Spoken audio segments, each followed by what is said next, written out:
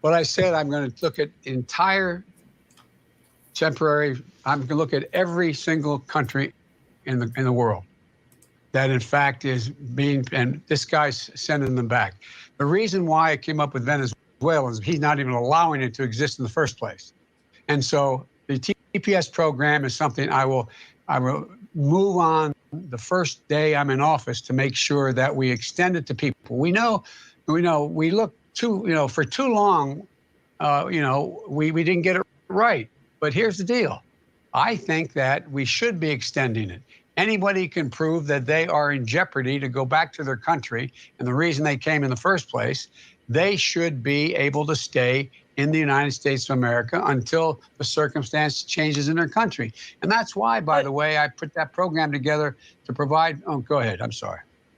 No. Are you going to re-engage with Cuba, though? I mean, I'm specifically wondering about, the Florida communities that are, incredibly interested in the Cuba issue, and see status given to Venezuelans while Cubans are being deported. The answer is yes. I'm going to engage. Yes.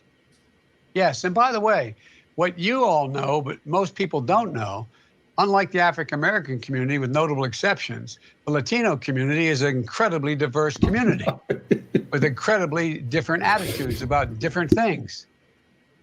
Whoops. What the fuck? Whoops. Got a little racist there at the end there, Joe. Hail, everybody. Welcome to the Weekend Woke Up Call. I am Adam AF. Joining me, as always, we've got my man, Sim Pothier. Hello and good morning, everyone. We've also got a very special guest from all the way from down under. I believe it's tomorrow. It's already Sunday where he's at. It's the man called Kimosabi, Lee Byron Carver. G'day, everybody. I am the man called Kimosabi. I am the man with the plan from land down under, and I really appreciate you guys having me on the show. And that clip gets funnier every single time I see it. Doesn't it? Oh, my God. That was the first time this morning when I was looking for it. That was the first time I actually found, like, the extended clip. And his whole bumbling into that, he's not all there. Nah, you just gotta feel bad for him. Now, Kimosabi, you've done. Yeah, you said the line. You said the line like from down under. Can you do like the this is a this is a review, not this is a review type of thing. Like the knife from Crocodile Dundee, that kind of. Oh, that kind of popped in my head. Like, yeah. Called this a review. No, I should definitely do now. I should do that. I'm gonna lift that bit. That's a great bit. It's a great idea. You call that a review? Yeah. Mate, that's not a review. This is a review. Yeah, that's not a review. Yeah. This is a review. Use that in your review video. I will. I'll be putting that in there somewhere. I've got two that I've just finished writing before I come on the show. I'm reviewing Fckery by Matt Crotts and Blacking Out. I can't remember who the crew that did that was, but that was a really interesting read. I'll definitely put that in there somewhere. And I do have to say I did go through some of your reviews and I did like them. Thanks, mate. It's really stupid that you got hit by YouTube. Sim, did you watch the banned video? The banned video? No, I saw the one that actually got him struck from. Which one was it? I don't know which one it was. It was called Wahid, and I'll use the acronym because I don't want anybody else to get struck. WMD, and it's a comic about a. No, I did not see that one. A Muslim superhero. And I'd never had any strikes. I'd never had any problems, no warnings. I put that video up. It just had enough time to play through. It was about a 10-minute video. I probably played through 12 minutes. I had like one or two friends watch it and say, hey, that was a good video. And then I went to have a look at it myself and it was gone. And my channel was struck. It was suspended. And I appealed and they come back to me within an hour and said, no, we're going to maintain the appeal. Your whole channel is gone. And that was it. Wow. And I watched the video after you uploaded it on BitChute, and it was the only thing is some of the words that you use trigger words, and that's all. I mean, you showed a couple clips from the comic that are maybe excessively violent, but it seems like a very violent comic book. Yeah. But yeah, there's a couple words in there, and nothing. You weren't being racist or anything. You gave a very fair, honest review, but there definitely were some words used that I can see the YouTube bots going, like, no, none of that. Yeah, 100%. And I can see that's why, likely it was the bots, and likely when it was reviewed, it was bots reviewing it again. I very much doubt a human reviewed it. No. Because if you'd watched it and you watched the intent behind it and the fact that it's someone engaging with third-party content in a meaningful and legitimate way, that like there's honesty behind that review, the fact that they just heard those trigger words and said, no, you're gone. Yeah. But that response to just completely nuke my channel with if they'd said, hey, we want you to remove this video, I would have done it. If they said edit the video, I would have done it. I didn't want to lose my channel. I'd spent 6 months. I built up a whole 50 subs. Look out, I'm a real influencer. I mean, some of my videos have got 3 or 4 views. My time-lapse art videos got even less than that. Like nobody really likes the way I draw. Nobody wanted to watch those. But some of the reviews would get, maybe 50 or 60 views. Big ones like Came in America, or I did one for Brutus the Badass by Donald DeLay, and that got quite a few views. And then it was all gone. Yeah, the more popular the title, the better clicks you'll get on it, because there's more people who didn't pick up the book or are waiting for the book that are like, man, I want to hear what this guy thought of it. Yeah. But yeah, the fact that they went to the extreme and just boom, took your whole channel down it's fucking asinine. I can't believe that they went from 0 to 60 in 2 seconds. And it's the Streisand effect. Like nobody had heard of me before. Now I've got a little bit more notoriety. I've got a second channel come back, and I've nearly got twice as many subs on that as I did on the last one. They would have been better off just saying, hey, man, take this video down. It's too spicy. I'll put it on BitChute. Everything goes on BitChute anyway. That's usually what's supposed to happen, especially when you've never done anything, like you never had a warning before or nothing. You're supposed to at least get like, hey, edit your video. That's how it used to be. Like, here's a strike. Go edit this. There's something wrong in it, or put it in private. No, you're out without a strike or a warning or nothing. You're just deleted. 100%. It's like YouTube has a 0 tolerance policy now. I want to look over. Hail to the chat. We got It's McGee. Hey, stranger. This is too cringe. Turn it off. Aaron Calimeri says, I'm riding with Biden. We got Drew, a.k.a. Mr. E. What is up, fellas? Good morning, Drew. Can't believe you're awake already. It's kind of surprising. All those people are in that DM. Go get in here. Yeah. Hop in if you want to come hang out and chat with us and this renegade, the man called Kimosabi that we've got hanging out with us today. Okay.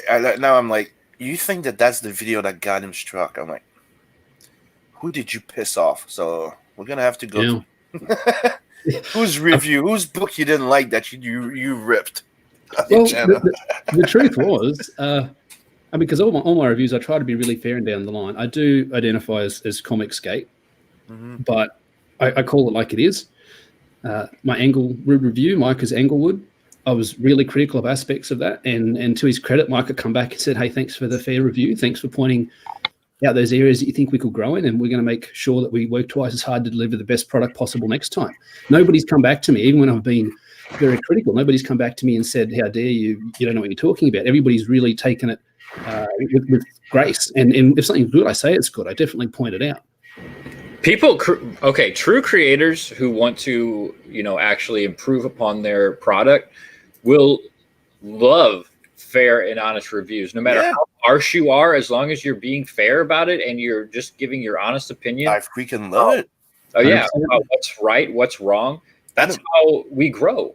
That's the only way we can be better. Yep. That's one of the things that keeps me like so excited right now. Is like I'm waiting for people to get their books, right? I just want to hear people just what they think about it, like good, bad, or not. I just want to hear it. 100%. I just can't wait. In the same vein here, I stumbled upon this tweet right after all of this happened here. Let's see, share screen. This comes from @MemoryNK. They say, this whole site is a joke. @Team YouTube, how can you let this happen? Are you serious right now? I'm the only one who runs my account, and because I'm trying to get my counter notifications sent through, you're saying it's fraud? LOL, get your shit together. So they apparently got a message from YouTube Copyright saying, hello, please disregard the previous message. We are concerned that some of the information within this legal request may be fraudulent. Please understand that YouTube receives a large number of fraudulent copyright requests, and we take abuse of that process very seriously. See blah, blah, blah. As a result, your YouTube account has been terminated. If you believe that all of the information you provided in this legal request was accurate, please respond with an explanation. I didn't even get that, but I wasn't struck. I wasn't struck for copyright either. I was struck for multiple counts of hate speech and inciting violence against a protected group. Holy shit! Really? Yeah. I've got a screenshot somewhere I could probably drag up. Oh my god! Yeah, they see multiple counts, but I've never gotten a strike before. So somebody pointed out what they've probably done is counted the times within the video that I've permitted hate speech. I'm doing little air quotes now, and counted all those against me and said, well, that's 5, 6, 7, 8, 12 counts of hate speech. You're gone. See you later. Wow. 12 counts of hate speech. You hateful little Australian bastard. Because you said what, the M word and maybe the T word? Many times. And but it's all within the context of the book. And when I talked to the creator of the book later, both the artist and the writer, and I've got to be honest, I was really harsh on the artwork. There's some good stuff there, but frankly, it just wasn't up to pro standards. It wasn't up to, it was not prime time. It wasn't ready for prime time. And even the artist said, hey, thanks for that feedback. I'll take that on board. The writer said, I'm really glad that you understood what I was trying to do with this book. I'm trying to challenge these ideas of what's acceptable, what's not, the idea of who permits this stuff to happen and who's willing to challenge it. I obviously can't go into too much detail because I don't want to get you guys in the same sort of trouble I got into. Thank you. If the creators themselves are okay with it, it just shows that there's protected classes, there's protected people, there's protected ideas that you're just not allowed to talk about. Yeah. I did, and I got nuked. Yeah, I can't remember who it was talking, said that like there's an entire list of words and topics that like Tim Pool will not talk about or bring up because it's instant demonetization, channel struck, the whole 9 yards. Now, have you guys ever seen Bianca Fights for Zombies, any of his videos? Yeah. He uses coded phrases and words for everything. You know, instead of referring to a firearm, he'll call it a liberty device. He'll call bullets freedom pellets. He's got a whole bunch of words that he substitutes out for different phrases. It took me a while to catch on to it, actually, because he's been banned so many times. He knows how to play the game. I'm going to get smarter. Yeah, that's basically what you have to do. You gotta work around it. Code words, phrases. It's weird. It sounds funny when you say it out loud and you think about it, but that's the only way to get around it if you want to use this platform anyhow. You moved all your stuff over to BitChute. I did. So, and that is a platform that is definitely way more accepting of whatever it is. They're light on the censorship. Let's put it that way. And I've got more views on my BitChute now than I do on my YouTube, which is funny. I'm one of the few people that could probably say that. But at the same time, BitChute's a much more bare bones platform. There's not a lot of bells and whistles. I can't even, I had a spelling error in one of my titles and wanted to go back and fix it. I couldn't even find a way to edit the title of a video. It looks like I've got to take the whole video down, re-upload it just to omit one letter from the title. That's like Twitter. Yeah. No spell check, no edit button. No, once you hit send or tweet, it's out there. Yeah, man, ride or die. Yeah, it's a weird. We live in a weird time. It's getting now since you use BitChute, you will be lumped in with all of the white supremacists because there are supposedly white supremacists that use BitChute. Did you guys hear anything about them? Like, I know I kind of hinted at it, Kimosabi, on the link last time on the thread, but I went and opened like something called what is it, Storyfire? Oh yeah. Which is the reason why I subbed to it is because it's pretty much the same. It works similarly to YouTube. Like you can stream, and you have a lot of YouTubers that went on it. I don't know much about it, but I throw the name out because I thought it was interesting. So people can check into it. Yeah, good idea. I saw your post. I haven't heard of it before, but I'm definitely going to look into it. I mean, at this point, I need to be on everybody. I suppose needs to be on many platforms as possible, just for backups, even. Because right now, DLive is you go there, and most people like you're stuck in a loop of refresh, which is pretty stupid. And your computer slows down because, from what I've heard, is that they have mining apps that use your computer to mine Bitcoin. Like mine your data Bitcoin. And shit. Yeah, no Bitcoins. They use that to Bitcoin things, I'm not a big fan of Twitch because they're really, really, really fucking soy as fuck. Yeah, you talk about you can get banned off of Twitch for nothing these days. Yeah, and dude, I'm Canadian. I'm a bit like Australians. I like to use the word cunt. That's true. You know, when people are being dicks, and you know, you need to alter it, and you know, alternate and dick. You know, you use cunt. Yeah, cunt. You fucking cunt. Yeah. Drew says there's someone watching who hasn't liked the video. We know you're there. Smash that like button. Thank you, Drew. Yes, please. Drew.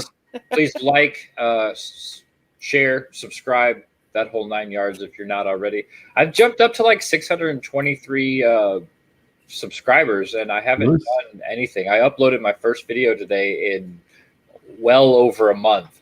It was a time-lapse video of me doing the letters for More Lethal Page 8. It turned out okay. It's my first time. Where's my ninja book? It's my ninja book, Archman. It's a running joke that we have here. It's kind of our funny way of saying, can't wait to get my book, get it done. Yeah. Looks like we have a thumbs up on Facebook, and we also have a sad face. Oh. You have a sad face on face. They're not happy on YouTube. I don't know. Well, somebody's sad. We got Hex Allen Comics in the chat. Sorry, walking the dog. Oh, are you the unliker? You're the non-like. He was talking a lot of shit about Australia earlier today. It could be. He could. No. Hex is cool. He's my boy. I know there's a lot of hate for Australia. It seems like within CG. There's a lot of hate. Period, dude. I think it's because you guys just keep multiplying. Like rabbits with cool cats. Yes, we had like 2 Australians like a year ago, and now I feel like you're in the dozens. And I think I can explain it. You're just going to take over. I can explain it because we're so remote here. I mean, literally, it's an island nation. A floppy costs you between $7 to $9. There's not even any minor comic book publishing companies in Australia. You like one that does educational comics for kids in schools. There's nothing. Like Australia is a comic book wasteland. So when Comicsgate turned up, when the crowdfunding model started to prove to be workable and sustainable, there's only 22 million Australians, but I mean, whatever percentage of those are comic book fans, whatever percentage of those can write, want to create, they all said, hey, this could be our way out. This is our boat off the island. This is not that we want to physically leave the nation, because they call us the lucky country. It's beautiful here. Giant deadly spiders aside. I was going to say, beautiful is not the first word that comes to mind when I think of Australia. It's more like drop pandas and spiders the size of your head. You just stop noticing them after a while, honestly. Although I will remember, I was out in cotton country one time, and I got up early and went outside and had a cuppa, and walking across the fields out the back of the plantation there was a huge swarm or herd of emus, and I hadn't seen them in person before. You see them on the TV, you think, like, yeah, ostrich. They were probably about 2 foot taller than me. I'm 6 foot on the dot. They were 2 foot taller than me, and they had these razor sharp claws and these dinosaur eyes and these beaks that would just and they were only maybe about 5-6 meters away from me, and I just stood really, really still for about 15 minutes while they walked on by. So I was like, please God, don't let the dinosaurs see me, because those things could chase you the fuck down. Oh yeah, man! And it's one of the few wars that Australia's actually been in that we didn't do so well in. I'm sure you guys have heard of the Emu Wars. I have not. Yeah. Oh, well, it's a real thing. They become such a problem that the Australian government commissioned a platoon of the military to grab machine guns and go out and try and cull the emus. But they found the emus would take a full clip and just keep on kicking. Like, they could not kill them. So we just had to call a truce. Oh my God! Yeah, somebody in Australia needs to make a comic book about that. I feel like there is a lot of potential right there. The Emu Wars. They basically just run the middle of the country. They've got their own currency and everything. We just try to stay out of their way. So you're telling me that their hide is so thick that they can withstand bullets and keep going? Check it on Wikipedia. That's how it went. They found they just, like, the bullet to death ratio was not worth. And you look at the numbers, it's something like so many million emus killed, 0 Australians killed, but somehow we still lost that war. It's a bit like, the Vietnam War. Look at the numbers. Something, tens of thousands of American soldiers died, millions of Viet Cong died, but everyone says America lost that war. Yeah, we still lost. Yeah, the Emu War is our Vietnam. Wow. Not to disrespect the actual vets who went to Vietnam from Australia. We had Australians who, my uncle was in the lottery. It was the bloke next to him. They did a lottery based on your birthday. And his mate had the same next day birthday. So there's only one day off him being conscripted to go off to Vietnam. They just line you up along the street and hand out tickets. See, you call that the lottery. We call that the draft. Our lottery is a lot different than yours, apparently. We also have that lottery. But they just like to make you keep guessing down here. So, hey, you won the lottery. That's fantastic. How much money? Oh, no, it wasn't the money one. You're going to go find some emus. Oh, that's funny shit. Drew says, I have no hate for my brothers and sisters from the land of Oz. Thank you, Mr. Hex Allen asked, have they tried hollow points on emus? I don't know if they did that, but we just ended up signing a truce with them. And we live alongside one another now. We just try to pretend each other doesn't exist. That's good. Yeah, we got this invisible border. We just don't go over. Sometimes that's how you have to win, is you just ignore the opposition. Agree to disagree. Yes, exactly. Agree to disagree. Go about your life and just try your best to forget all about it. You know, the entire point of all of this is to talk and reach a middle. Exactly. Meet at the middle. And sometimes, you know, you grab a paint, you fight, and then you move along. Yeah.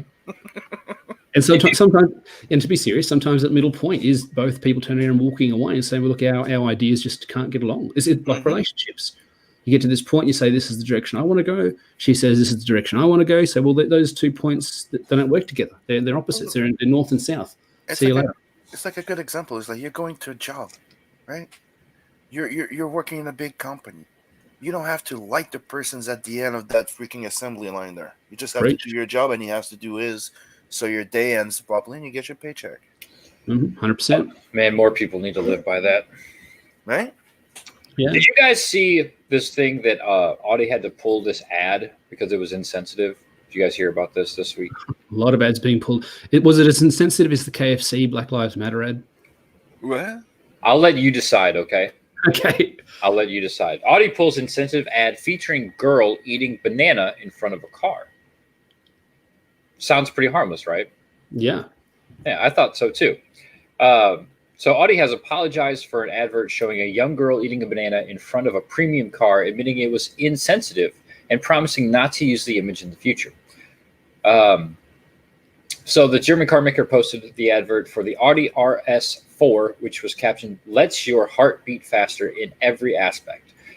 But the image quickly drew criticism from people on social media, go figure, as some people pointed out that the child stood in front of the car's grille was in a dangerous position. One person commented, "Nice that you show how children can easily be killed by your cars. You can't even see them out of the car." Another person said, "This is just tasteless. A child in front of the grille who is hardly visible from the driver's seat. What kind of advertising is this?" Would you guys like to see... Oh, wait. I forgot. This last part was pretty good. Others said that the image was sexually suggestive, with one person describing the image as a little girl with a phallic symbol in her hand. Well, when you said banana, that's like, not being silly, that's where my mind went. I thought they were going to be saying, oh, it's sexual. She's got a banana in her mouth sort of thing. Would you like to see the ad in question? I think we need to bring back that idea that I threw out a long time ago, remember? And I'm like, we need to start a GoFundMe and get some mental health treatment. Oh, yeah. Yeah. Like, let's just do, like, we're doing free drawings just to give you free mental health. That's probably a good idea. Dude. So should we pull up this insensitive ad? I think we should have a look. We should have a look. Yeah, of course. I want to laugh. It's the best way to make a judgment. It's ridiculous. Let your heart beat faster in every aspect. Yeah. I look at this and what it tells me, it's like they try to make her look like Top Gun. Yeah, okay. Right? Like she looks like, she just looks badass. Like, I don't see anything. Maybe they should have given a little flight jacket instead of a denim jacket. Yeah, so I'm not seeing the dangers. Like, I thought she was going to be, I just in my head, you picture stuff. I just pictured her crossing the street and the car was coming towards her and she's right in front of the car. And you could see how the heart beat faster is the idea that, you're going fast, you're going to hit this kid. You can't see her or you see her too late. That would have been tasteless. Now that's advertising. That is advertising. Right? I don't think it's. She's just leaning up against a car. I mean, it's a driveway.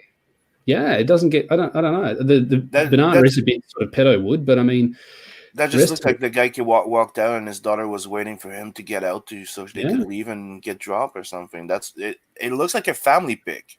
Yeah, it's overacting. Yeah, it's like it doesn't look like it's a photo shoot neither. It just looks like, hey, that looks cool. Don't move, sweetie. Honestly, okay. And if you think that a child holding a banana is sexually suggestive, you, sir, might have the issue here. Yeah, but dude, that's the thing, is that people project their own fucking There's like your mind goes there. Suggestive about this picture.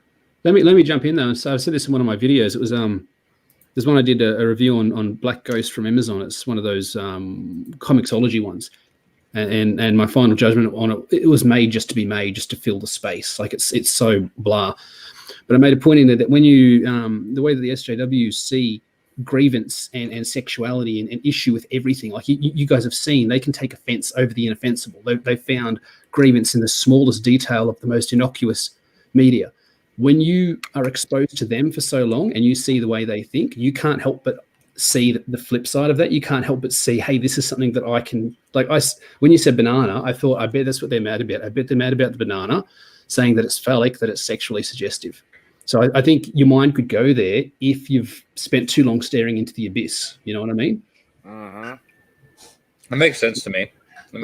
I hear they're offended by something. I say, okay, show me the image and I'll tell you why they're offended. Let me have a guess. I bet you'll get it 9 times out of 10. I'll tell you why they're offended before you even tell me. But it's like a good example right now. It's like remember, like we got so blasted with, and tired of seeing all those forced type of woman characters, strong female characters, those type of movies that with their stories and everything, right? Now, right now, everybody's overly reactive to those to those stuff. Like you get, you're watching a movie and you're gauging the character. Are they gonna go too far? You're like, oh man, fuck this shit. Let's just enjoy it now. When we're done, I'll give my review. Like, yeah, we're all waiting for stuff to complain at this point. It's like you're not even watching the goddamn movie. You're just waiting for something to pick on. I hate to say that's where I'm getting to that point where I'll be watching a movie with my wife and something will come up and it'll be something like some like what's Zach always say, like 100-pound girl beating up a 80-pound girl beating up a 200-pound man, uses that.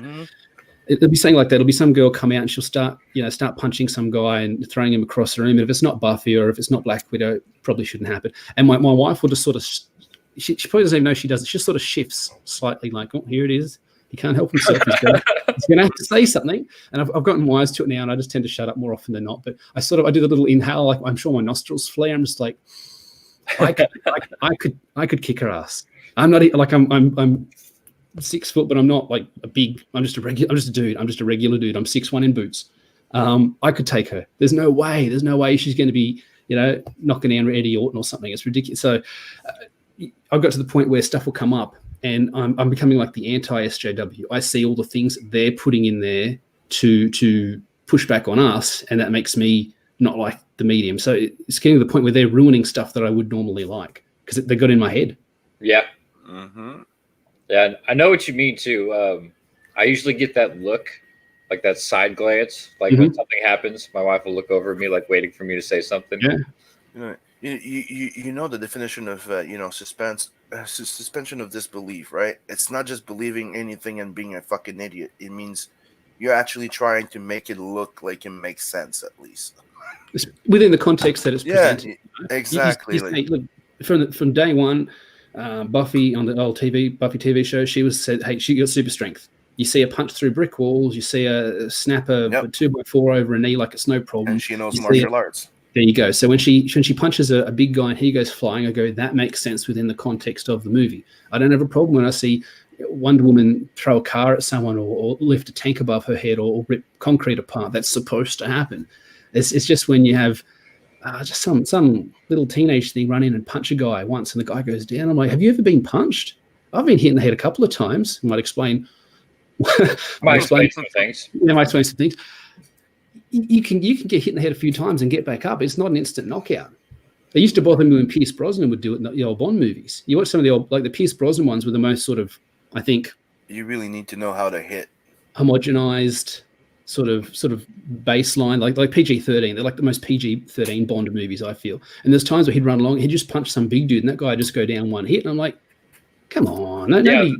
There's no actual fight scene. It's just that one punch down. Yeah, one hit a quitter. A hallway. Yeah.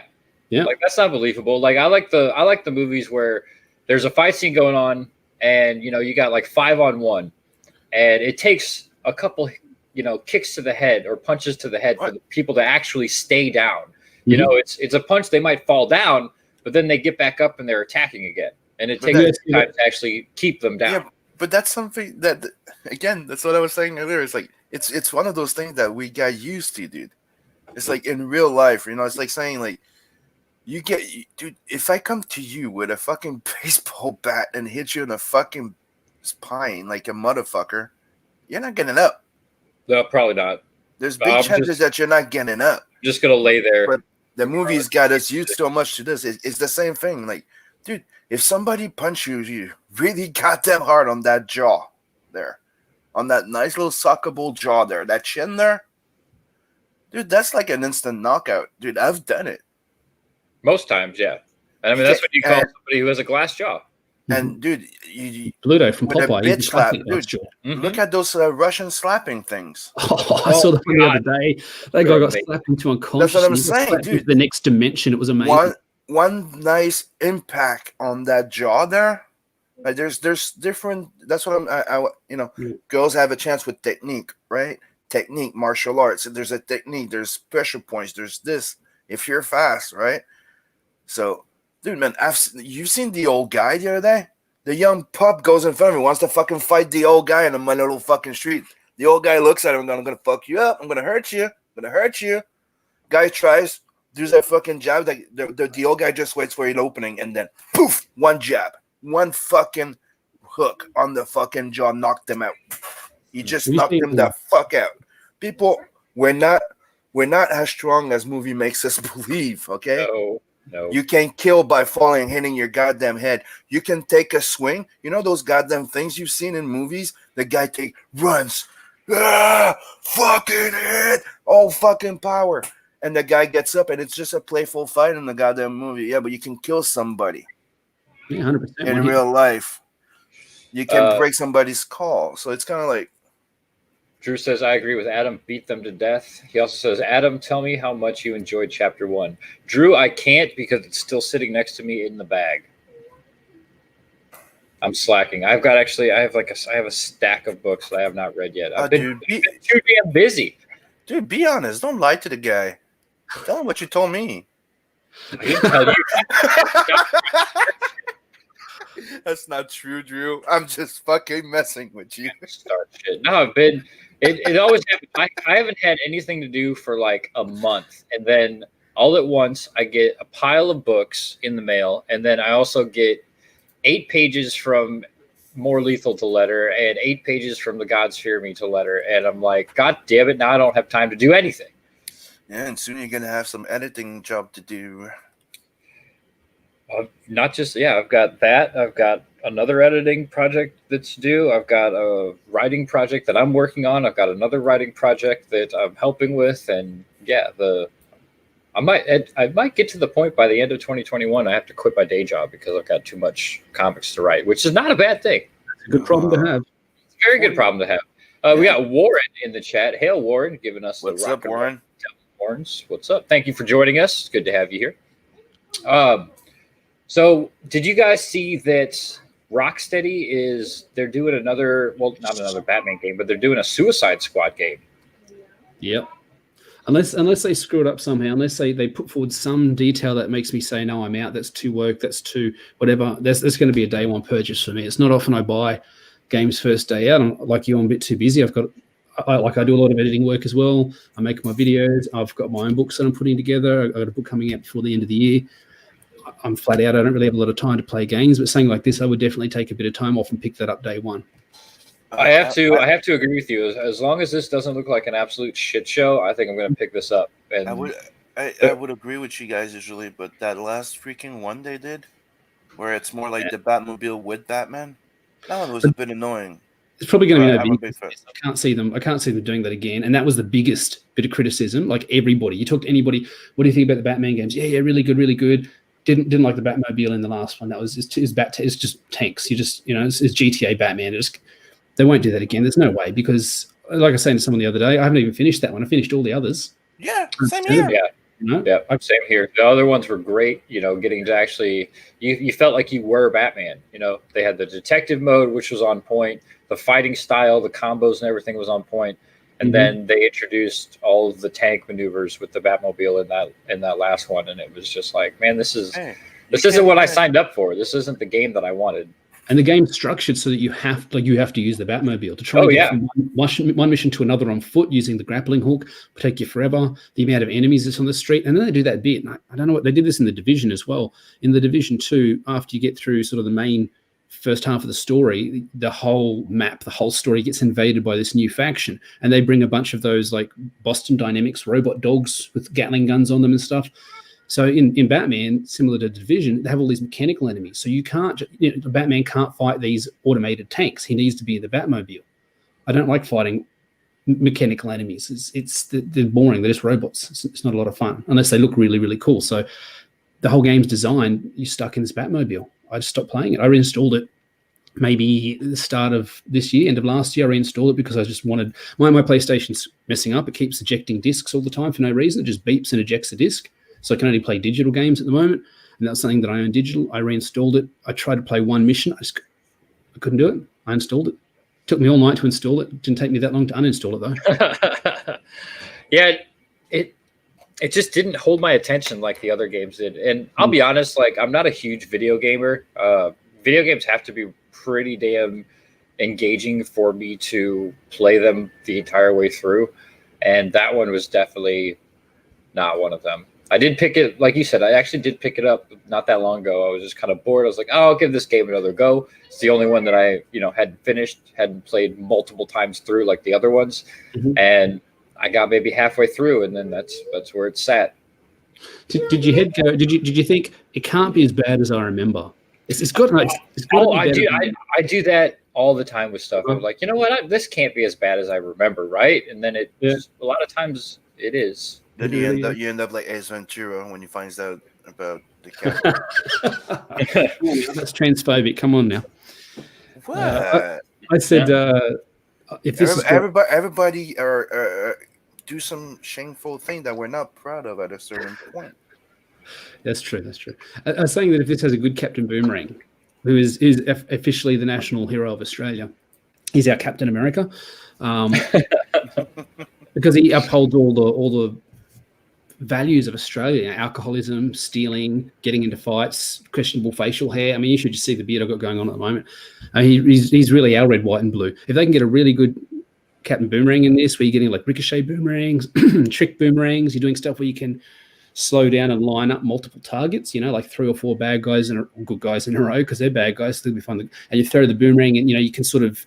There's the old Xena game on the PlayStation where you could maneuver her chakram after you've thrown it. You throw it, and then you can sort of use the camera to maneuver where it goes. Like if you have some of that sort of action happening, day one purchase, man. I won't even play anyone else. This would be the Captain Boomerang game to me.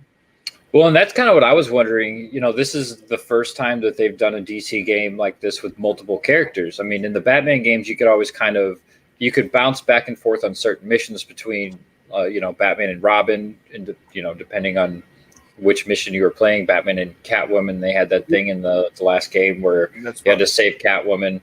It's probably what they're going to do, because they only do single players usually, right? It would be cool if they would decide to do we're doing this, but we're doing a multiplayer. If they just did just a simple multiplayer where it's like, okay, Adam, you're playing as a Deadshot. I hit join. I just drop in. It gives me a little menu to pick on players. Of course, I pick Captain Boomerang because it's the only character that matters. I drop in. Of course, I drop as Captain Boomerang. I just help you along with the missions. The enemies either have more hit points or they just spawn more enemies as the mission goes on. And I'm like, wife calls out dinner. I said, yeah, mate, I'm out. I'll see you next time. I jump out. So many games do this. Division does that. You can just drop in. I'll be in the middle of a mission. Says a new agent's joined the team. My brother rocks up, starts throwing down some M60 damage. An hour later, his missus says, we're heading out. He says, all right, see you later, bro. He just logs out. He's gone. Just drop in, drop out. It's as simple as that. And just raise the hit points to the enemies. It doesn't have to be a big deal. If you make this a multiplayer Suicide Squad, 2 or even 4 players on in the game at once, in the mission at once, that's money. That is big money. One thing I want to say is to all my hussy brothers that Captain Boomerang in the movie, best fucking thing in the goddamn movie. Yep. Oh yeah, awesome. Dude, he nailed it. Dude, I love that line. No, did not. Not. Warren says you use a didgeridoo to call him like the bat signal. I wish I had a Digi Unpacked. I'd bust it out and play you some. Oh, dude, now you're disappointing me here. I actually handmade my own Dig. I got it. They're made from these trees that come from up north, and termites eat the middle of them and hollow them out. So you can just come along with a hatchet and just hit the bottom a couple of times. They tip over. They're only about as thick as your forearm, sort of thing. Excuse me. So I got this bloke to send me one down from Queensland, and I sanded it back and put a wax seal on the end and painted it up with my own designs and that. I mean, if you go back enough, something like 6 generations back, I've got some Indigenous heritage, but I don't identify as Indigenous. I don't have a mob. I don't know what. It's like my great grandfather or something. I don't know who his mob was. I don't know what area he came from. So it'd be pretty disingenuous for me to claim it, but it's just something I thought would be really cool to do. You hear about like Heath Ledger and all these guys off somewhere playing the Dig, and like, I'm Australian. I'm taller than Heath Ledger. I should be able to do that. I can do that. That would sound cool as a superhero. Did you redo? As a superhero? Yeah. Did you redo? Sounds like a Digimon or something. The tricky thing about it is there's some mobs that if you're female, you're not allowed to actually even handle didgeridoo. Mm-hmm. It's just secret men's business. You're not allowed to touch it at all. Like it's a big no-no. Really? Yeah. So I was obviously don't want to dox myself or anything. I was in a position where I was working with some people who wanted to learn the Dig, and we're just using cardboard tubes and stuff. So they're able to handle the cardboard tubes. That wasn't a problem. But when I brought my own Digis in for them to work with, I had them down in a room, and I said to this lady, can you bring them over? Because I'm heading over now. And she said, oh, no, I can't, because I'm such and such tribe, so I can't handle a Dig, which is different because where I come from, it's not a problem for the women. They're allowed to. But where she was from, that was like she wasn't scared, but she just straight up, it's such an integral part of how they do things, separating men's business and secret women's business. She wasn't offended, but she's had to say to me, no, I'm Warramai mob, so I can't do that. Wow. Yeah. I learned something new about Australia every week. And it's just the craziest place. I'm a big fan of America. I'm a big fan of a lot of the stuff you guys do. I'm a big fan of a lot of the contributions you've made. I think a strong America is good for a strong world. I love Australia. They call us the lucky country. I think, and this isn't a competition, like I live here, so obviously I'm biased. I think it's the best country in the world. I love being Aussie so much. I'm so proud of it. It's such a big part of how I talk and act and just my identity as an Australian. So, I was saying earlier, when people attack a thing, they're attacking that thing, not that person's identity. Like you got to separate yourself from that. I can't do that all the time. I can't always separate myself from my Australianness. So when there's a stream the other day or earlier today, I think, and there's some people talking some pretty serious shit on Australia. And I know they're doing it in a joking sense, but it's like, you haven't been here though. You don't know. You don't know, man. Dude, it's the same thing with Canada. It would be. I mean, I feel like you're supposed to feel a proud sense of where you're from, where you live.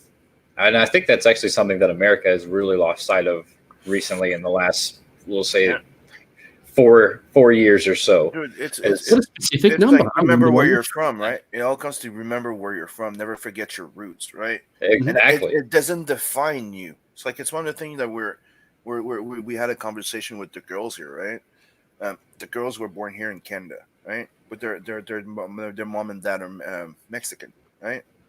So right now they got into that big head over there with the school system and everything, right? That they're this and they're more that, and they need the Mexican heritage, and they're more. And they just looked at them and goes, "You guys are Canadians." Yeah, that's right. Born here, okay? Doesn't matter where you're from. That's your heritage, right? That's your parents is this, but like I said before, my great great father could be king. Doesn't make me a king. Yeah. After all these years, that brings up something that happens in Australia. They have a lot of money for people of Indigenous descent to help them support them on their way through school, through university. It's called Ab Study.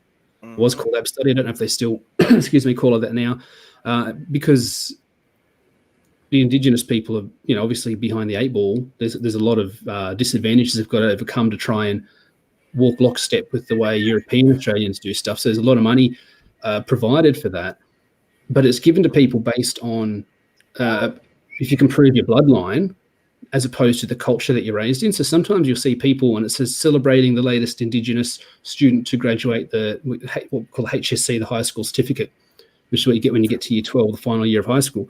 And this seems all getting tricky with identity politics. The person they're throwing their hat up into the air will be blonde hair and blue-eyed. And so, it doesn't matter how much of that blood you've got in you. It's not a genetic thing. So he's saying it's a cultural thing. Yeah. It's where is your culture? It doesn't matter what your bloodline is. If you take someone and you raise them, if you took me at birth and raised me in a Inuit community, that would make me Inuit by virtue of my knowledge, the wide number of words I know about snow. But that's why my bro used an example, because he was born in the States. Yep. He was born in California, right? But he was raised in Mexico. No, he grew up there. That's the way of life that he grew up with. That's why, to him, he has that heritage, right? Yeah. But to him, he was born in the States. What does that make him right now? Canadian. I think it's saying Australia. Mexican. What is he? He's Canadian. Yeah, but dude, that's what I was saying. Is like, what happened to the fact that before we used to not give a shit. Like, it's one of the lines that one of my rappers says that I like. It's like, people judge your engine by your paint job now. What the fuck happened? Yeah, that's. Gee, there's some poetry in there. I don't listen to a lot of rap, but sometimes people say some stuff like that. Like, that is some poetry, man. That's check him out. I really like him. He's called McDonald, and he's a great rapper. There are some good rappers out there that can be very poetic. If you stay away from like the mumble rap. And he's one of those rappers that the big medias don't want him, but he made it big on YouTube because he expressed himself on those subjects. He's the one that made that song "White Boy" a while back. And they're the most authentic because they haven't got the big backers behind them. They haven't got big money. They haven't got Sony money. They haven't got Hollywood money. They just get out there and they say, "Hey, this is what I can do." And people judge it. This is pure meritocracy. There's no better meritocracy than YouTube. As long as they don't interfere with your channel, you get out there, you put out a content, you put out a product, people respond to it. If they respond to it positively, it's because you did a good job and you're hitting that metric. You're hitting that niche that they want. I've tried to provide objective reviews on indie titles that maybe other people haven't seen, give people a chance to decide whether or not they want to go in on it. I don't insult the artist. I don't insult the writer. I don't try and dunk on SJWs. I don't try and make a political point. I don't have an agenda. I'm Australian. I don't have a dog in your hunt, as they say. This is the problem. This is why you got hit. This is why a lot of people are getting hit right now on YouTube. There's too many people like the one I just named that made it big, that became millionaires because people had access to them. People like what they had to say. Big business fears the little guy. Yeah, they do. And that's why Hollywood right now, dude. You're wondering who's attacking, who's putting pressure on YouTube. Yeah, that's right. The people who used to give Hollywood. Yeah. It's like no. We're the queens here. We're the attention whores here. Look at us, and we're like, hold our beers. Nah. We'll go well. Hey, we got Daddy Duder Pops Culture. Hail the chat. Good evening. Coming all the way from Japan. Good to see you, brother. Thank you for stopping by.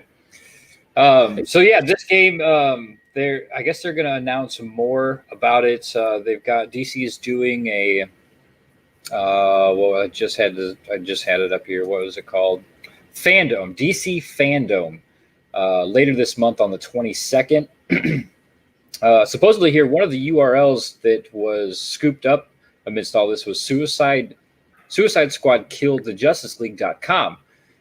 So that might give an indication as to what the premise of this game is actually going to be about. So it could be a Suicide Squad versus the Justice League kind of game, which I think it's probably the pretty worst way to interesting. go about it. I don't know. You keep talking about Batman, Justice League, and all I'm thinking about is Snyder Cut. Wink. It's coming. Hopefully, I hope it No comes pun out. intended. I definitely want to see it. I think I'm a bit burned out on killing the good guys. I read that Justice League War, that Apocalypse one. Yeah, that was animated movie. Was atrocious. I was going to do a review on that. That was depressing, man. I hadn't watched it. I got a copy of it, and my wife and I have watched most of them. And I said, Dad, I got this new Justice League one. She's like, yep, sweet, let's have a look at it. And she's like 5 minutes in, and she's like, have you seen this? I said, no, you sure you want to keep watching it? I said, not really, but we'll persevere. It was bloody awful. I wouldn't watch that again for quids. See, the thing that the DC animated movies for a while were they were amazing. They were better than the live action movies. Where they went wrong. What you're talking about is Bruce Timm, not DC. It was Bruce Timm the Magic. That's true. But where they went wrong was right in there when they started doing the last good one. I feel like was Flashpoint. They did a good job with Flashpoint. Yeah, that was great. After that, once they started doing Justice League War, everything followed the same continuity line, and they were trying to work all of these movies into the new 52 continuity. Was Flashpoint after the Dark Knight Return? Because I know the Dark Knight Return. No, that was the last Bruce Timm for a while. That did come out. That did come out afterwards, but that wasn't in that continuity line of trying to fit everything into the new 52 continuity. They took all their animated movies and they were like, okay, watch these movies and then pick up the new 52 comic books because they're sort of similar. Yeah, sure. The Justice League War and the other one with after that Aquaman. That one was shit. So they do Life, Death, and Return of Superman as well. Yep. That was okay. It was all right. That stupid Lois Lane's throwing her rocks on fucking Doomsday. Is that fucking stupid? Yeah, the guy gets punched. The guy gets fucking exploded. Doesn't feel shit. But a rock is gonna fucking change his. Yeah. There's a guy. I'm gonna throw a pebble on his fucking head, and he's gonna turn around and look at me, and I'm gonna serve Superman. There's a guy on Twitter who's a huge Captain Marvel. He's one of those guys. His account is literally just about Captain Marvel. I'm talking Shazam, Captain Marvel, the real Captain Marvel. And he said it's weird that Captain Marvel was absent during the whole Doomsday thing in the comics. He said, and I agreed. I said if Captain Marvel was there, I don't think Superman would have died. Like Superman managed to stop Doomsday almost single-handedly. He paid for it, but he's able to stop him almost single. Now you throw in another guy like Captain Marvel, like Shazam, who's on level with Superman, above and below in different areas, but he's in the same ballpark. That's like two Supermans fighting Doomsday. There would have been there wouldn't have been a Death and Return of Superman. It would have been Superman gets his jaw broken. That would have been like Captain Marvel would have come in and would have been 2-on-1. I don't think it would have gone down that way. I think they had to just sort of forget that he even existed for the 4 or 5 issues that he was there. Otherwise, Superman wouldn't have died. Dude, it's like that moment where she chose that rock at Doomsday. It reminded me of that. Remember in The Fifth Element when he's asking that guy to throw him the gun and he throws him a freaking like a black ball from a pool ball because he's deaf. That's what it reminded me of. That's the moment. That's the type of moment that it gave me. Like, give me the gun, and he throws a freaking ball. Like, thank you. See, going back to Captain Marvel helping Superman beat Doomsday, if that would have happened, then they wouldn't have had a Death of Superman issue, which they sold countless copies of, and then were able to spin off 4 new Supermen out of. You had the Cyborg Superman, the Eradicator, Superboy, and Steel. So, and they all still exist in some capacity today. Yeah. These characters made 20 odd years ago, they're still around today. Yeah, I mean, Superboy was highly popular. I mean, he's gone through some different incarnations over the years, but he's a lasting character. Steel, I love Steel. He's one of my favorite Supermen. That Superboy's dead, though. Is he? I think so. Because right now it's Connell. It's another one. I can't agree or disagree with you because of all the continuity shifts and changes. That's where I was going with you, because I'm kind of like not sure, because that's where I was at, because everybody was telling me that he died and that was the I thought Connell was that original Superboy cloak, because didn't they call him Connor Kent, and then they shortened that to Connell? I could also be thinking of the Young Justice cartoon, which was I thought was a really good cartoon, and it had Superboy in it, like the clone half Superboy, half Luther. Go back to what you used to do fucking best. Continuity, okay? I think you'd say Elseworlds. Yeah, that too. That was fucking awesome. Yeah, Go back to them. Elseworlds are always good. Yeah, so I love that one. I love all of them. Remember that one where there's one where Batman gets beat up so fucking bad that he's on an exoskeleton at the end. That was what, Kingdom Come? No, there's another one. I'm trying to remember what the title of it. Like it's in the future, and he's fighting Superman and Dark Knight Returns. Yeah, that's what I'm saying. No, there's another one. It's fucking awesome. I need to remember the title. I'm gonna Google. Yeah, like I say.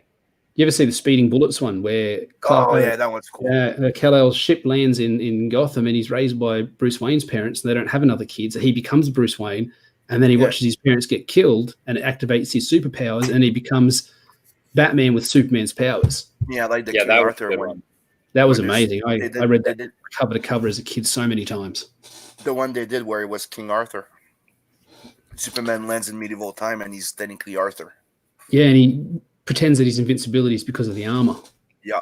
I don't know if I ever read that one. There's some good ones. There's some good ones. And Mike Mignogna's was it the horror that came to Gotham, the death that came to Gotham? It's like Cthulhu Batman in the 17th or 18th century by the guy who created Hellboy. I don't know that one either. They just did a movie of that. They just did an animated one of that recently. The one I was talking about was Son of Batman, Son of Superman. I don't know that one. Son of Superman. That sounds familiar. Mm-hmm. It was amazing. I didn't mind John Byrne's Generations, where he followed the two characters from 1938/1939, World's Best Fair, and that sort of thing. The original Purple Glove Batman and the original Golden Age Superman, and then made the continuity all the way through to like the Legion of Superheroes, and Superman stays alive the whole time, and they get older in real time. So by like the 70s, Joker's this old dude with cancer dying in a prison cell, and Batman's grandson has taken over as Batman. It's like this whole. Have you guys ever come across that one? Oh, it's called Generations. John Byrne did it. It's fantastic. Oh, John Byrne's a master. His art used to be peak. Like his Fantastic Four, his Man of Steel. I've never seen such a perfect blend of clean, open lines, but a masterful understanding of anatomy. Like you look at his stuff and you think, oh, well, I'm just going to put the pencil down. Why even bother? So good. So good. Warren in the chat says, Steel eye rolled. All I can think is that god-awful movie. What, was Shaq? I never saw it. Yeah. Oh, man. Yeah. It was funny. People always act like superhero movies are like they were just invented in the last like 10 years or so. But there's been awful superhero movies since the 80s. Sure have. Dude, one of the worst one back then, like when you think of a comic book adaptation, it's as a movie, it was kind of freaking funny to watch. The first Punisher. For back then, it was a freaking good movie when you think about it. It's like Dolph Lundgren. It's like a Punisher movie. Yeah. He didn't have the skull or anything. It's like they were ashamed of being based on a comic book. Yep. It could have just been. The only thing he had was the skull on the tip of his knives. Yeah, that's right. And he's fighting the Yakuza. It's like there's a movie about a motorcycle gang called Stone Cold. The bloke in it is like an undercover dude. It's called Stone Cold, which I saw it in a video store years later, and I thought, Stone Cold, like Stone Cold Steve Austin. It just happened to be the same sort of name. Like I say that the Dolph Lundgren Punisher movie could have just been almost a coincidence. I know it's not, but it's so detracted from the Punisher, it's so far away from what the Punisher actually is. Aside from him being Frank Castle and killing bad guys with guns, it's just pretty ubiquitous. I mean, you could almost think it's a coincidence that they just happened to make a movie about a guy called the Punisher when there's a comic called the Punisher, because he doesn't resemble the Punisher in almost any way, shape, or form. But he was Dolph Lundgren, and it was the 80s. Yep. I mean, I'm not going to complain about that. Dolph Lundgren's one of my favorite actors. I love Masters of the Universe. It's my favorite movie aside from Roadhouse with Patrick Swayze, which is officially, legitimately the greatest movie ever made, and that's not open for debate. But he also made Showdown Little Tokyo, Dolph Lundgren. Have you seen that one? No. Yeah. Brendan Lee, Bruce Lee's son. That is like the perfect action. It's amazing. It's so good. It's such a good action movie. Mm-hmm. You watch the first time you watch it, you'll laugh every second or third line because it's so many one-liners and they're so clever and they're so spot on. And the interaction between Brandon Lee is like this jokey, jockey sort of, hey, baby, how you doing? And Dolph Lundgren is this super stern, Bushido samurai warrior raised in Japan. The interplay between is fantastic. It's like a masterclass in buddy cop writing. If you haven't seen it, check it out. It's one of my favorite movies from Dolph Lundgren, and people don't remember it that much. And it has 2 different titles, so hopefully that's the one you guys know. But I Come in Peace. Let's see. Dark Angel. I think that's what it was. The aliens come in peace. Yeah. Yeah, and he's got the CD wrist launcher, and he launches the CD around the room, and it cuts people's throats open and that. Yes, that's it. Yeah. So he's a huge alien, a really big actor, like one of those big Conan style Nordic guys. He's like 7'3" or something. He makes Dolph Lundgren look like a ragdoll. It's ridiculous. And he's this huge alien that extracts people's endorphins. So he injects them with heroin, and when they get high, he uses this needle in his arm to suck the endorphins out, and that's their drug. But when he turns up, he says to them, "I come in peace," to sort of calm people down so they don't freak out, and then he murders them horribly. And I like to think that his alien race come across that satellite that mankind sent up with the golden disc on it. It had like all the information about Earth to try and, like there's an actual thing that happened. I'd like to think they got that and somehow translated "we come in peace," and they're using that information against us. Dude, it was one of my favorite movies of his. I loved it, and I just thought it was really underrated. It was a great sci-fi. The funny thing is, if you watch the trailer of it, the trailer gives away the whole movie, including how the alien dies at the end. Like you actually see the bit of Dolph Lundgren kicking the alien onto that pole and impaling him, which is how he ends up killing him. It shows that actual scene in the trailer for the movie to get you to watch the movie. Spoilers. Yeah. I mean, this is the 80s or the 90s, so they had no idea. I'll watch anything with Dolph Lundgren in it. He's been one of my favorite actors because I loved He-Man as a kid, and then he was in the He-Man movie. Yeah, that's right. Dolph Lundgren is a genius in real life. He's got this massive IQ. He's an Olympic. He has a PhD and he's a science major. Yeah. Like people talk about Dolph Lundgren. I don't even go to Rocky IV. That's not even on my radar. Like he's got so many. He's known for that. You say, Dolph Lundgren, star of the classic Rocky IV. He's got so many other great. Red Scorpion, Joshua Tree. Red Scorpion. That was good. Yeah. I think it was him that had the story. I could be wrong. It could be a different action star. There's a guy who broke into I'm sure it's Dolph Lundgren. A guy broke into Dolph Lundgren's house, and in the middle of the night, and Dolph Lundgren gets up to see what the noise is, and he comes out and it's all dark, and the guy's there looking at the huge picture of Dolph Lundgren on the wall, and he looks at the picture of Dolph Lundgren, and he looks at Dolph Lundgren. He looks back at the picture of Dolph Lundgren. He just puts his hands up and just walks away, just backs out of the room. He's like, I broke into the wrong house, Like he didn't even have to say anything. He just walks in and sees whose house it is. He's like, is that a true story? I believe, from memory, and people can correct me if it's a different actor style. I'm pretty sure I remember it because I'm a huge Dolph Lundgren fan, and I'm getting a bit old, so my memory does tend to go a bit. But I'm confident that's how the story went. That is a badass story. I've never heard that before. To win a fight without even throwing a punch. Just to touch something that he said before, like Master of the Universe, when you're going to see it, and you're thinking you're going to see like He-Man, it's shit. Oh yeah, but if you disconnect from there and you just watch it as its own little thing, it's fun. It's a masterpiece. Frank Langella's Skeletor is one of the greatest movie villains of all time. He's Shakespeare on the screen. Like when you. I can recite whole scenes out of that movie. Like, you dare threaten her life? I dare anything. I am Skeletor. Like he just everything big and dramatic and melodramatic and over the top. And 30, 40 years later, Frank Langella says it was his favorite role that he ever played. People go, it's He-Man, it's a kid's cartoon. It's nothing like the real cartoon because it was set on Earth. They come to Earth through a portal. Like Sim's saying, get past that and watch the movie for what it is in itself and appreciate it's riffing off Star Wars with the Stormtroopers and that. I mean, Skeletor is a lot more like Vader than he is like Skeletor. Appreciate it for what it is, for its own thing. It's a masterpiece. It's like, how can we do a Star Wars that's linked directly to Earth? Like we've got the He-Man property. That's how you have to enjoy some films and art is you have to disconnect yourself from what you want it to be and just appreciate it for what it actually is. And especially the superhero movies, because they up until the more recent MCU type stuff, and even them to a degree, they changed so much. You know, my brother always says it. You know, I walk out of a movie and I said, "What do you think of that?" And he goes, "Oh, again, I'm just going to look at it like its own continuity. You know, they didn't represent the character really 100% correctly, but that's what's to be expected. The Hollywood executives, it's not like they've ever read a comic, so I'm just going to look at it as its own continuity. If it brings more eyes to the character, makes it a bit more popular." And this is foolishness back. We said it back in the day. That's got to be a good thing. Well, we know what eyes on the character has done to our industry, so we won't go there. Yeah, that's not as great as it sounds. It sounds great, but the execution of it is usually piss poor. It's good in theory. No one's tried real eyes on characters. So speaking of, I feel like this is a great segue, actually. You have another subject? Yes, yay or nay? X-Men animated series producer confirms revival talks with Disney. Oh, fuck no. What do you think, Kimosabe? My initial thought was to say yay because I love the first one so much, and why not more of a good thing? But you know they're going to wreck it. You know they're going to ruin it. Even if the original showrunners on it, you can't help it. Look, 1992 to 1997, so through 2017, that's 23 years. Yeah, but we all know it's going to be Squirrel Girl and the X-Men.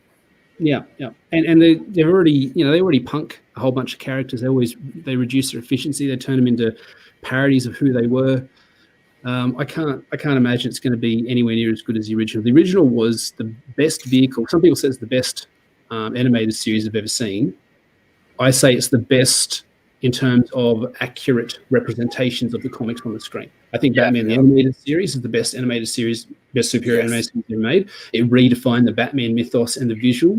That hasn't been done in such a way since probably Frank Miller or Denny O'Neil before. Like Denny O'Neil redefined it, Frank Miller redefined it, and then sort of like nothing till Bruce Timm. So in that regard, it is the best way, and the depth of the stories. But in terms of representing what's in the comics on the screen, nothing comes close to the X-Men animated series. I mean, that intro music. You know, I can still hear it. I can still hear it right in my head. Yeah. I was listening to a metal cover of it earlier today, actually, because it was around, so it was on my YouTube feed. A metal cover of it? I need to find this. Guys, you need to DM us that link, okay? Oh, I'll see if I can find it. I doubt I can actually play it because it'll give me a copyright strike, and I've already had 3 of them. So yeah, I'll definitely be watching it afterwards. This is saying that they're in talks. They have made conversation with Disney about reuniting the cast of the beloved 90s animated series for a limited revival that could premiere on Disney Plus. It's an actual revival of maybe. This changes things. If it's limited, so they're not going to have unlimited scope to just screw it up. If it's going to be the original cast, there's those best voice actors. Like that Wolverine was Wolverine. I just had an alarm go in my head. I guess they're probably going to be trying to plan a passing of the torch type of thing. Probably. Which, if they do it right, I don't have a problem with. You know, if they do it right and they say, "Here's the original X-Men. Here's Squirrel Girl and her friends." Not Squirrel. Is she even a mutant? I think she is. I think so, yeah. I know so little about her. Aside from what I've seen on Zach's videos, that's the extent of my knowledge. Yeah, I don't know a shit ton about her. She's just seems like a pretty awful character. She was super OP in the Ultimate Alliance. I know that much. Should I? I never played her in that. Should I put the link? That was fun. Good question, Adam. What? Did you hear or have any intention of discussing the Teespring thing? You know, I seen that Teespring was trending today, but I did not click on it because I thought, why the fuck? Oh, so you don't know why? No. Well, they told fuck you and Tifa. They're kicking Tifa off their fucking site. Yeah. Really? Hate speech. Yes, for hate speech and because Tifa's a banned word. Yeah, and they design logos that incite violence and stuff like that. They're done with this shit. That's one of the things that we don't support that. So they're done with Antifa. Let's see here. Let's see. Like it passed by my feed yesterday, and I'm like, okay, and today I'm going through Twitter and I see this shit, and I'm like, ooh, they're not messing around, dude. And they seem to be standing their ground. Yeah. Yeah, Antifa was going at them hard until Antifa got so much backlash from the public that Antifa made all their tweets private. They actually went to ground because they got so much backlash from people saying they're sick of your wokeness. Wow. I gotta applaud them. We need companies to, like, remember, there needs to be a just middle to things, right? You know. Yeah, it doesn't have to be all the way in the other direction. You don't have to be super right wing to oppose left wing. You're just somewhere in, like most regular people, they sort of fall somewhere in the middle. Yeah, I think this is important, but I also think that's important. But it's like I said, when it's like the left got so extreme to a point that you have the left people that are more to the center going and making a protection wall in front of the other guys, going, hey, whoa, what the fuck are you guys doing? This is where we're at right now. Well, Roseanne said something like that. They said, why are you right? Why are you so right wing now? And she goes, I'm not right wing. I'm right where I've always been. It's you guys who move so far to the left. You make me look right wing. She said, I haven't changed.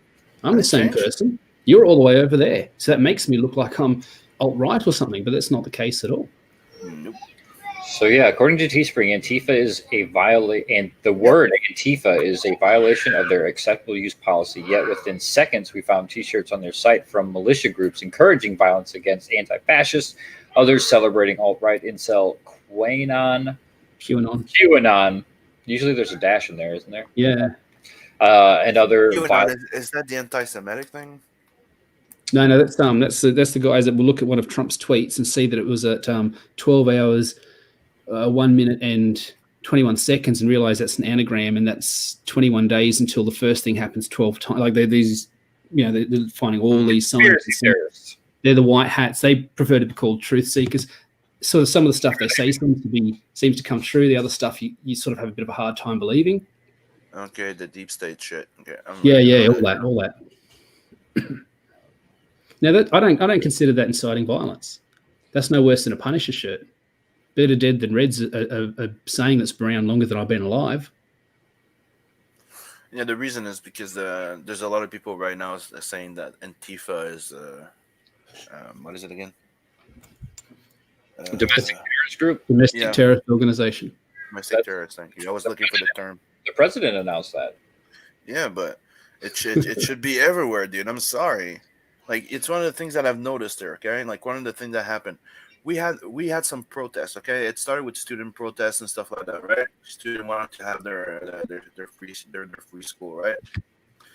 So after that, they passed a law that said that you were not allowed to do protests without planning them, right? Announcing them. You're not allowed to wear a mask that hides your face. You could be arrested for it. This, a whole bunch of anti-manifestation type of laws, right? Well, Antifa don't get arrested. They don't. The police are there and just watching them go. They're like, yeah, but you guys made rules. We're not supposed to wear a mask. What the fuck you guys are doing? It's like, if you're like, I think the rule is stupid, right? You know what? But if you apply a rule, there's a reason for it, and it applies to everybody. It's not rule for one and rules for the. It's not how it works. If we all agree to put a rule in, well, everybody abide by it. That's not how it works here. Because right now, those guys are like hitting people with bike locks and shit, but they don't get arrested. You're like, dude, you guys should already be in there. And yeah, you see that footage of them assaulting that old lady, throwing paint on her, and I seen that. Yeah, absolutely. The old guy they beat with the flag there. Yeah, it makes you mad because you can't do anything about it. You'd like to think. People keep saying, when is the other side going to wake up and do something? I just don't. What can you do though? You can't. The only way they're going to say fight fire with fire. Well, then you're the one perpetrating the violence. We had something similar happen where we had a BLM protest was organised here in Australia. I believe it was in Sydney, and the court said, no, you can't do it. We're denying your application to do it. We're denying your right to do it. And then they went and appealed and won, and they got to do their march in, I think it happened down in Victoria. And then right after that march happened, there was a huge spike in COVID cases, and correlation is not causation, I know, but they had this huge protest. that huge spike in COVID cases, and now Victoria is basically shut down. Their borders are shut down. It's mandatory to wear a mask. Like Victoria is a state in Australia. It's the second most populous state in Australia. It's Melbourne's the capital of it. You might have heard of Melbourne. And if you don't wear a mask there, you can get arrested. You can get fined. So they've shut down an entire state because Warren's just saying he's waiting for robberies to increase with everyone having to wear masks. Now, I've seen a bunch on Twitter the last 24 hours, people going into banks with the mask on and like, how can I help you, sir? Yeah, put all the money in the bag. I'm already wearing a mask. It's half the job done. Dude, it's like one of the stories I told that I had with Antifa, like I had some run-ins with some like third wave feminists and Antifa in Canada, right? And usually I kind of like just laugh them off, right? I don't really give a fuck, right? But there's one of them where they showed up, and one of them had that little like one of those what is it again? Anonymous mask. V for Vendetta. The Guy Fawkes mask. Yeah, the Guy Fawkes mask. And that day though, I'm at Comic-Con, but I'm there with my kids, and I'm a bit more prone to being aggressive, to people being aggressive, especially if my kids are around. Yeah, sure. Can't blame you for that. So that's just natural. That day, my son Logan, fatherhood instincts. Yeah, man. My Logan's like, I'll go with Nat, and they went to the PlayStation big part section of the Comic-Con, right? I'm like, okay, keep me posted, right? And there's a moment where there's do you see those three girls with like some Antifa guys coming, and they're starting giving me shit on sexiness and misogynist, and I'm this and I'm that, but then there's one. Those two guys started roughing up the table, getting aggressive to it. I don't know. It took me 2 seconds. I jumped over the table and I was in front of them. And I was fucking ready to fucking fight, dude. Dude, I got aggressive to the point of like, usually you need to touch me for me to get to that point. You understand what I mean? Mm-hmm. Yeah. Where there's like this, I'm here now. I'm here now. We'll fight. Let's go. And they started going like, you're so fucking violent and toxic. You're so... you're cisgender, and I started laughing. I'm like, cis? You're calling me a cisgender? You're pulling out biology? You sissy? I'm like, you bunch of pussies, and they're like, dude. That's when I pulled out my line of like when they go, you're a cisgender toxic male. I'm like, what? Where the fuck you pull that? You want to play that rules? Yeah. Then if that's not, yeah, I'm a power dyke. I'm a fucking lesbian. Because I don't touch guys. I'm a single dad and a single mom at the same time. So I'm a power fucking dyke. This all happened at Comic-Con? Yeah. And dude, people were just not doing nothing. That's what I'm saying. Yeah, they've got everybody in a state of fear. There's a bloke online. He if you've seen that the guy Austin Fleckers Talks. You seen his stuff? He's got a mate. I can't think of what his name is, but he identifies as a black lesbian. Now he's clearly visually a white male, but he identifies as a black lesbian. He says, this is such and such, YouTube's favorite black lesbian, black lesbian POC, black lesbian of color. And who can say that he's not? You can't say he's not and you can't prove it. And that was before, maybe like a few months or a year before CG started, right? And Logan still remembers that. And to him the other day, he's like, dude, that day, it's like it's the moment that I saw a part of you that was like, you don't fuck with me. Like, oh no, it's like, yeah, because it's kind of it's like that guy that once we're walking down the street, right, and you have those fucking impatient fuckers, and as you know, I can be very patient with stupidity, or but the guy's impatient with his car, and he pushed a kid with his car. Mm. We're crossing the line. The guy just goes forward and pushes a kid with the car because he's fucking impatient. Jesus. Dude, I fucking dented that fucking hood.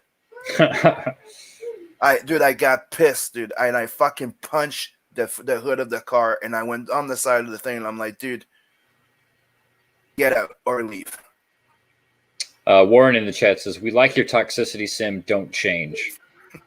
And believe it or not, the minute we start talking about Antifa, Michael Beacon shows up in the chat. Isn't this a violation of your First Amendment rights? This is just us showing you the door.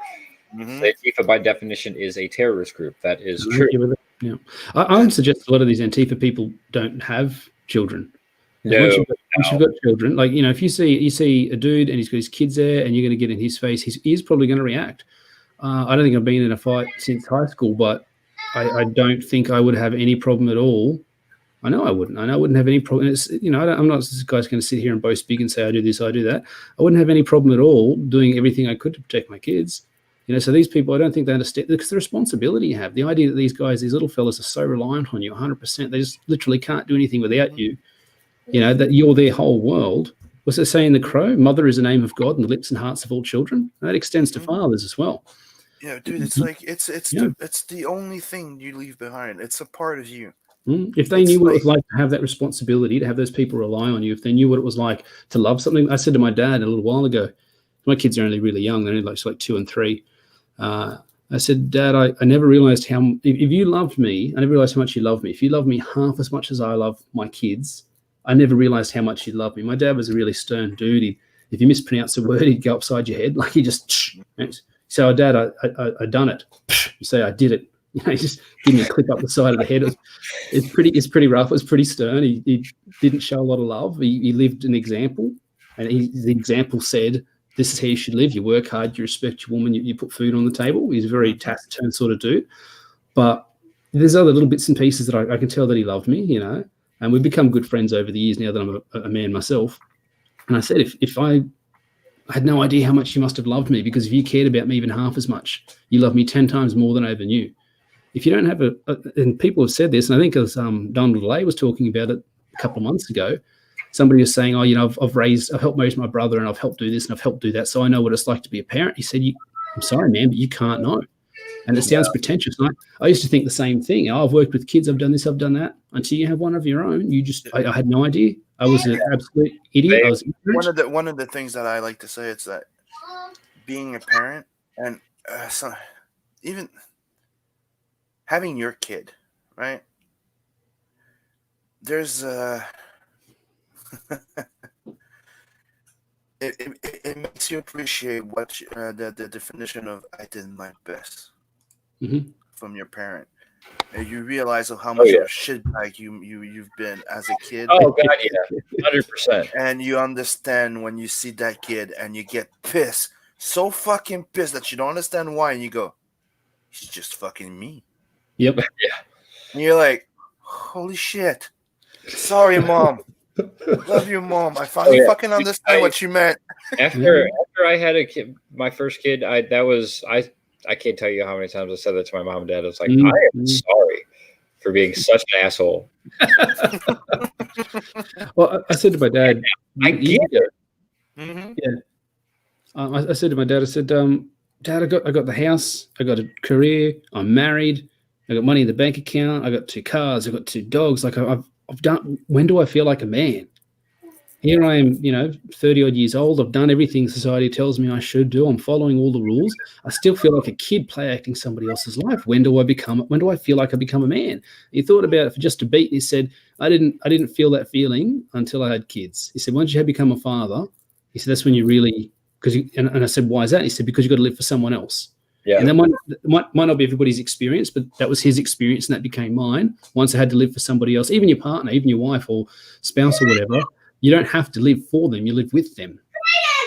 You know, it's like you don't know the meaning of sacrifice when you have to sacrifice everything for a little copy of you. And so, yeah, I mean, parenthood will change your entire worldview. Yeah, rocked me. I'm still recovering. Like I said, they're only 2 and 3. So look, I told the kids last time, I'm like you guys mean the world to me, because you have no idea how much you bring joy to my goddamn life. Like if it wouldn't be of you, like they're like you're giving us a lot. I'm like, yeah, but you're giving back to me. That's one of the things that you guys need to understand. You guys need to respect and learn from us elders. It's one of the things that we used to learn. But there's another thing is that we're also learning by being with you. By raising you, we're learning. Oh yeah, it's a two-way street for sure. We're growing. Like I am not the man I was before, and I have become a better person. Absolutely. Because of this. Yeah. So, these Antifa people who don't have kids, who've never had that responsibility, who've never known that pure joy, you're just saying, Sim, that joy. When you see like my kid's asleep right now next to me on the floor, he just conked out on the floor because he doesn't want to go to sleep unless I go in the bed next to him, and then I'll get up once he's asleep, but he just won't go to sleep without me. It's just like a safety sort of thing, I guess. Yeah. He's a little angel. He's this little angel boy on the floor next to me. And you think, would I give an arm for him? Would I die 100 times over? Of course I would. Of course I would, without a second thought, because you matter less because they matter more. It's the joy they give you. And these guys, they don't have that, so they don't know what it's like. They don't know the responsibility, and they don't realize when they get up in someone else's face, that's someone's mother or someone's father or someone's son. They don't care about visiting that violence on someone because they don't have anybody they care about. They just care about themselves. They're selfish people. If they weren't, you give these guys kids, one of two things would happen, I imagine. They immediately drop out of Antifa and go get the best paying job they could, whether it's wiping down tables or whether it's something with a suit and tie to provide for their kids, or they're going to be the sort of people that voluntarily choose to abandon their children. And there are people who say, look, I don't want this. I don't want to buy into this lifestyle. I'm out. And they walk away. And that's how you get single mums and single dads sometimes. I think it'd be one of those two extremes that either sharpen up straight away and go, I've got to live for this kid, or they'd continue to be selfish, awful people and maintain doing what they're doing. And in that case, there's deeper seated problems in those people. Yeah. And they can be fixed. And that's why they've ended up in this ideology. There's also one of the biggest lessons I think of learning when you're becoming a parent is you're learning the fact of endearment. Is that it? Like losses, having to sacrifice, losing to grow. I'm looking for like the expression for it, but I mean, you got to give up everything. You give up your time. You give up your bloody food. I made myself something to eat. I can't remember what it was. And then the kids remember like having a harsh time, dude, and you'll spend like a month almost barely eating just to make sure that they're fucking not missing nothing. Yeah. There's something about okay. People stay humble usually and grow because they learn from their mistakes, right? They learn from having a hard time, losses, getting sick, losing people, right? Bad thing happens to people. It's how you go through it that makes you a better person in a certain way. And I think that's a good example of what parenting does to you. It's like as much as a big event in your life can change your life, this is like the final rite of passage from becoming a kid, right? Living your own, hitting the wall of life, learning about responsibility, about paying bills, about waking up and not being happy about your goddamn job, but still going to do it. Trying to keep people happy. Yeah, because it's not just about you anymore. That's right. You can't just up and leave. And you face your own mortality too. Like, you have kids, you learn going to outlive you. You learn that it's the end of the goddamn world. You feel like maybe shooting yourself in the fucking head for 5 minutes there. But in no way can your kids or your family feel it. Yep. Yeah, you got to shoulder that burden. Mm-hmm. And I think that's not a uniquely father-based thing. There's definitely mums and single mums that do it, but I think traditionally that falls on the father to do those hard yards. This is a Chris Rock bit. Dad gets the big piece of chicken. You guys seen that one? Yeah. Yep. Yeah, that episode goes all about and he's a stand-up routine about all the stuff that the dad does. So yeah, he gets the big piece of chicken. Yeah, Warren says, I've took some hella crappy jobs before, but you have to do what you have to do to take care of yours for sure. Yeah, man. And that's something that we used to have as a family system, family value, right? We used to like Logan right now, got yourself a little part-time job, right? And have to be and you can go, here's a little bit of money.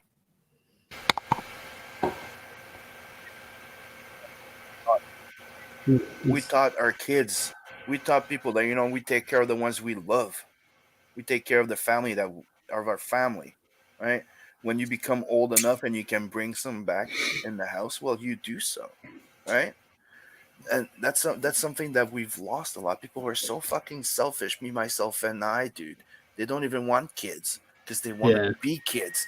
So that's why I keep saying, like, one of the biggest problems right now is the Fruden thing. Everybody's living in the superstar syndrome and the Peter Pan syndrome. People wake the fuck up and grow the fuck up at a certain point. It's like, there's a point of like liking comics, liking movies, liking fantasy and shit like that. Yeah. No, we don't have to forget about it because we're becoming adults. We can enjoy those things still. We can have a young heart. Doesn't mean being stupidly immature. Mm-hmm. Yep, exactly. We got Joseph King in the chat. Hail Joseph King. Morning, gents. Go back Slaughter Squad. Fantastic book. Fantastic looking book. Oh yeah, that's the animations. Like this, he's bringing something that I've never seen done to that degree into Comicscape. And we do this this D&D role play thing that we do every week. Character Crux. That's every Wednesday morning here, so it's Tuesday night for you guys, I think. And Joe's on that. He's absolutely hilarious. He's got his character Kilgore on there, and every session at least once he screams, "Give him the horns," and he impales some enemy on the horns. He's got a pet triceratops. It's a lot of fun. He's one of the MVPs. He just brings in a lot of energy and a lot of fun. He hasn't done this sort of thing before, I don't think. He said he wanted to try some role play. He hasn't done it before, and he got the chance to be a player in this game, and he's just a really valued part of it because he's like a Bugs Bunny cartoon. Everyone's really super serious. You've got the serious detective, and you've got necromancers and Valkyries from Valhalla, and there's this 8-foot-tall testicleless bull man with an M60 and a Triceratops pet, and you're like, this is the content I'm on YouTube for. Where do you guys do that at? It's a bunch of different people's channels. It's on Smiling Bandito's channel, sometimes on Chaotic Comics, Chaotic Neutral Comics channel. Oh yeah, Chaotic Neutral. Okay. Yep. Shay, Gaslight, Shay the Red. Sometimes it's on her channel. And there's I think I've done 3 or 4 sessions of that. I actually, funny story, got stabbed in the eye earlier this week and wasn't able to be on the regular session. So I think they killed my character off. So I'm going to have to sit down and have another session and work out a new character or bring that character back. He is a necromancer, so there's probably some scope for him to resurrect himself in some capacity. But I got stabbed in the eye and had to go to the hospital. And wait a minute. You in real life got stabbed in the eye? Yes. It's not even an interesting story how it happened. Like, it's not even. I wish there's some cool way. I wish I could say I got it fighting a bear or something, but it was completely mundane. But it punctured the membrane over your eye. Yeah. It pushed into the membrane, the sharp object, and it caused if you can think of like a thick membrane, like an inch of jelly or something, and if you push it with something sharp, it side before it splits on the inside because the outside is being pushed too far. If you can visualize that. So the inside of the membrane, hey, thanks, Joe, you're the man. The inside of the membrane actually split and ruptured, and my eye filled with blood. And it was definitely the top 5 most terrifying things that's ever happened to me. And as soon as it happened, when you get that pain, it's so beyond what you've known before that you're like, something's damaged, something is broken. That is real. Something bad has happened. Yeah, that's not just stabbed in the eye, like poked in the eye. Well, been poked in the eye. This is like something has happened. I was going to go Snake Plissken. I was thinking I was going to have to wear an eye patch the rest of my life, which is not the worst outcome. I mean, I'm glad I got to keep both my. Anyway, I went to the hospital.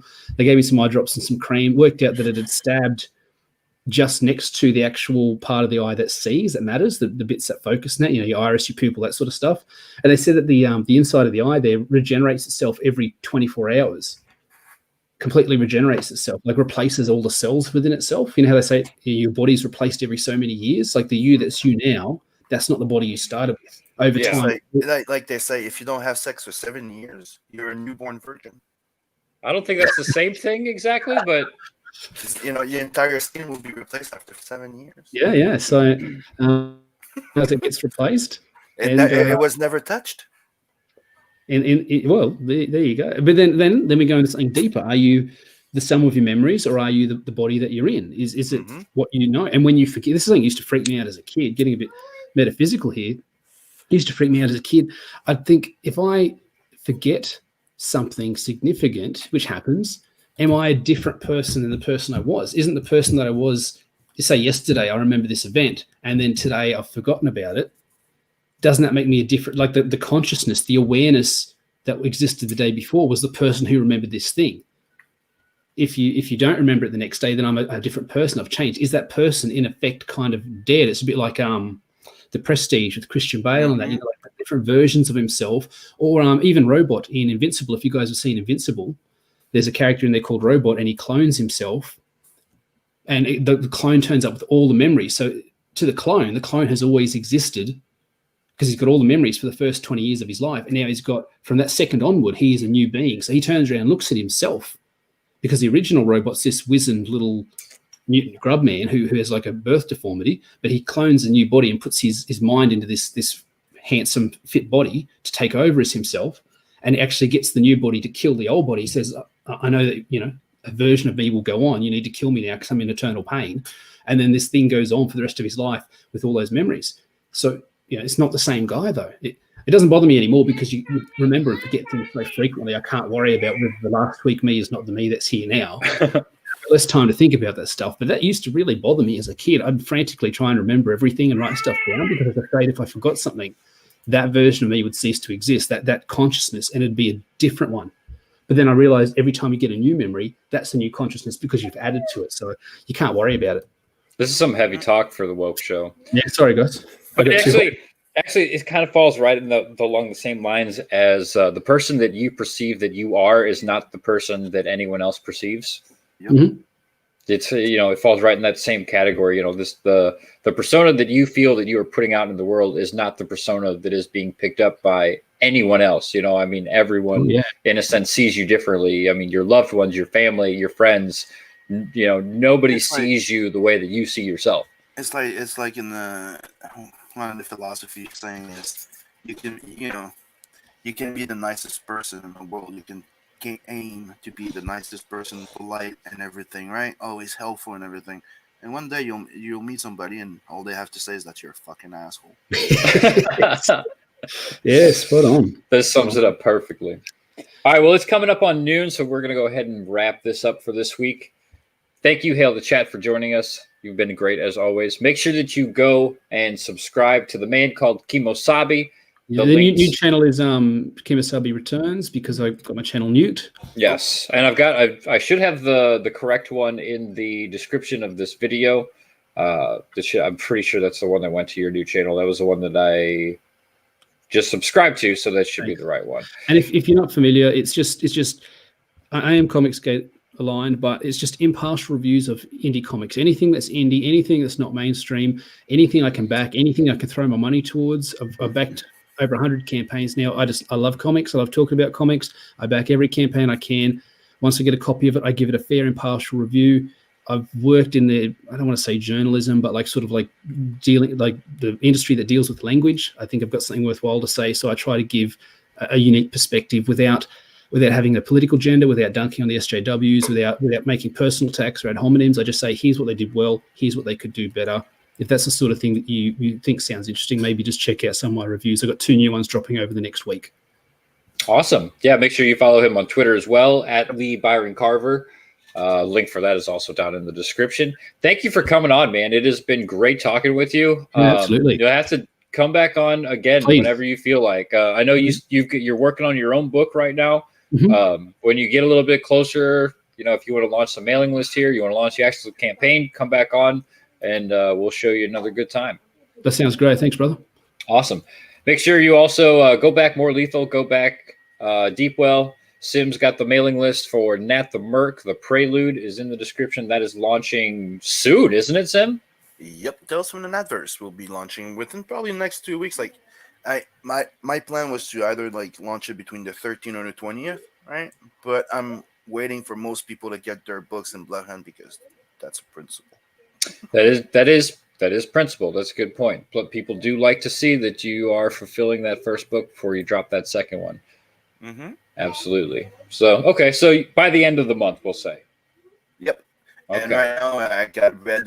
I was thinking of doing my own little video, but Red's going to be doing a video for the promo video. So. Oh, very nice. He does good work. That red gaze. Like, do you want to do you want to like no voice or with narration? Like, dude, I'm asking the red gaze. Yeah, of course I want narration. Of course I want the fucking narration. That's funny. All right, everybody. Hail to the chat. Thanks again for joining us, and we will see you next week. Thanks. See you guys. Later.